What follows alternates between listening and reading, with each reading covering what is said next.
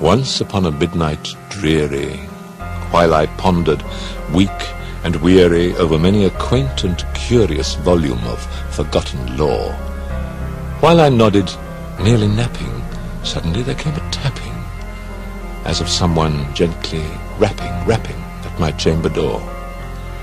"'Tis some visitor," I muttered, tapping at my chamber door. Only this and nothing more. Distinctly I remember it was in the bleak December, and each separate dying ember wrought its ghost upon the floor. Eagerly I wished the morrow. Vainly I had sought to borrow from my books surcease of sorrow. Sorrow for the lost Lenore, for the rare and radiant maiden whom the angels name Lenore, nameless here forevermore. And the silken, sad, uncertain rustling of each purple curtain thrilled me, filled me with fantastic terrors never felt before, so that now, to still the beating of my heart, I stood repeating, "'Tis some visitor entreating entrance at my chamber door, some late visitor entreating entrance at my chamber door. This it is, and nothing more." Presently my soul grew stronger. Hesitating then no longer, "Sir," said I, "or madam, truly your forgiveness I implore. But the fact is I was napping, and so gently you came rapping, and so faintly you came tapping at my chamber door, that I scarce was sure I heard you. Here I opened wide the door. Darkness there, and nothing more. Deep into that darkness peering, long I stood there, wondering, fearing, doubting, dreaming dreams no mortals ever dared to dream before. But the silence was unbroken, and the stillness gave no token, and the only word there spoken was the whispered word, "Lenore." This I whispered, and an echo murmured back the word, "Lenore." Merely this and nothing more. Back into the chamber turning, all my soul within me burning, soon again I heard a tapping, something louder than before. "Surely," said I, "surely that is something at my window lattice. Let me see then what thereat is, and this mystery explore. Let my heart be still a moment, and this mystery explore. 'Tis the wind, and nothing more." Open here I flung the shutter, when, with many a flirt and flutter, in there stepped a stately raven of the saintly days of yore. Not the least obeisance made he, not a minute stopped or stayed he, but with mien of lord or lady, perched above my chamber door, perched upon a bust of Pallas, just above my chamber door, perched and sat, and nothing more.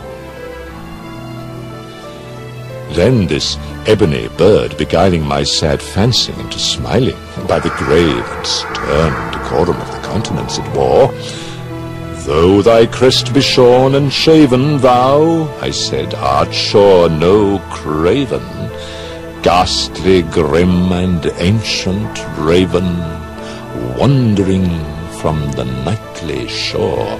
Tell me what thy lordly name is on the night's Plutonian shore." Quoth the raven, "Nevermore."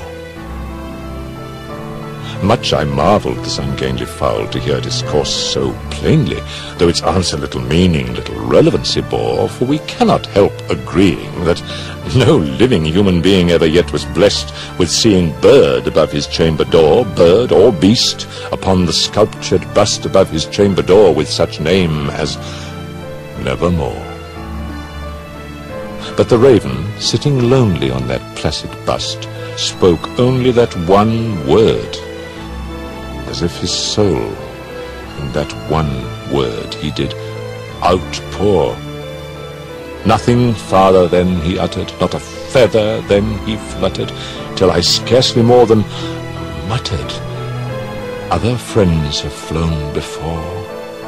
On the morrow he will leave me, as my hopes have flown before. Then the bird said, nevermore.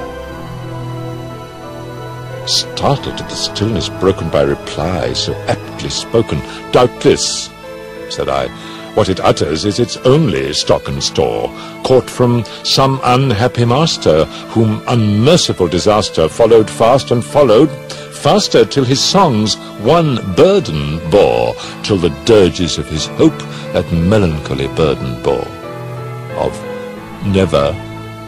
nevermore. But the raven still beguiling all my sad soul into smiling, straight I wheeled a cushioned seat in front of bird and bust and door.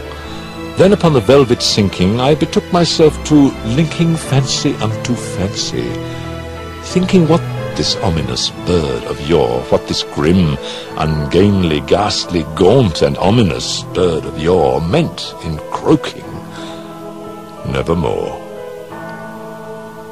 This I sat engaged in guessing, but no syllable expressing to the fowl, whose fiery eyes now burned into my bosom's core. This and more I sat divining with my head at ease, reclining on the cushion's velvet lining that the lamplight gloated o'er. But whose velvet violet lining with the lamplight gloating o'er? She shall press nevermore.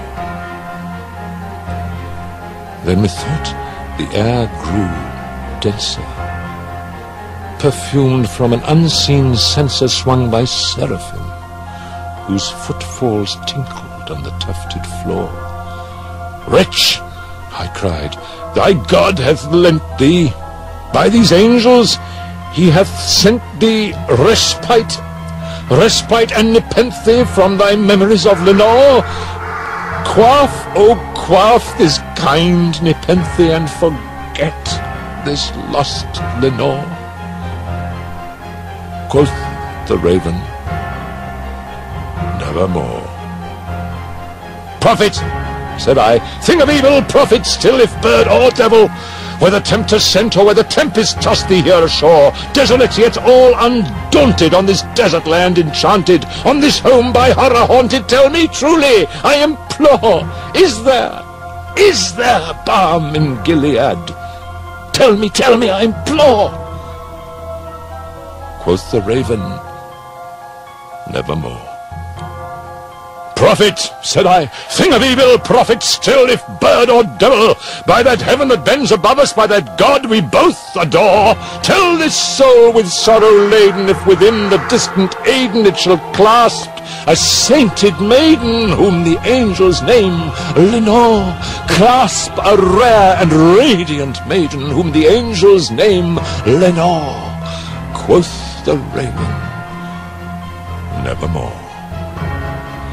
Be that word our sign of parting, bird or fiend, I shrieked, upstarting, get thee back into the tempest and the night's Plutonian shore. Leave no black plume as a token of that lie thy soul hath spoken. Leave my loneliness unbroken. Quit the bust above my door. Take thy beak from out my heart, and take thy form from off my door. Quoth the raven, nevermore. And the raven, never flitting, still is sitting on the pallid bust of Pallas just above my chamber door. And his eyes have all the seeming of a demon's that is dreaming, and the lamplight o'er him streaming throws his shadow on the floor. And my soul, from out That shadow that lies floating on the floor shall be lifted nevermore.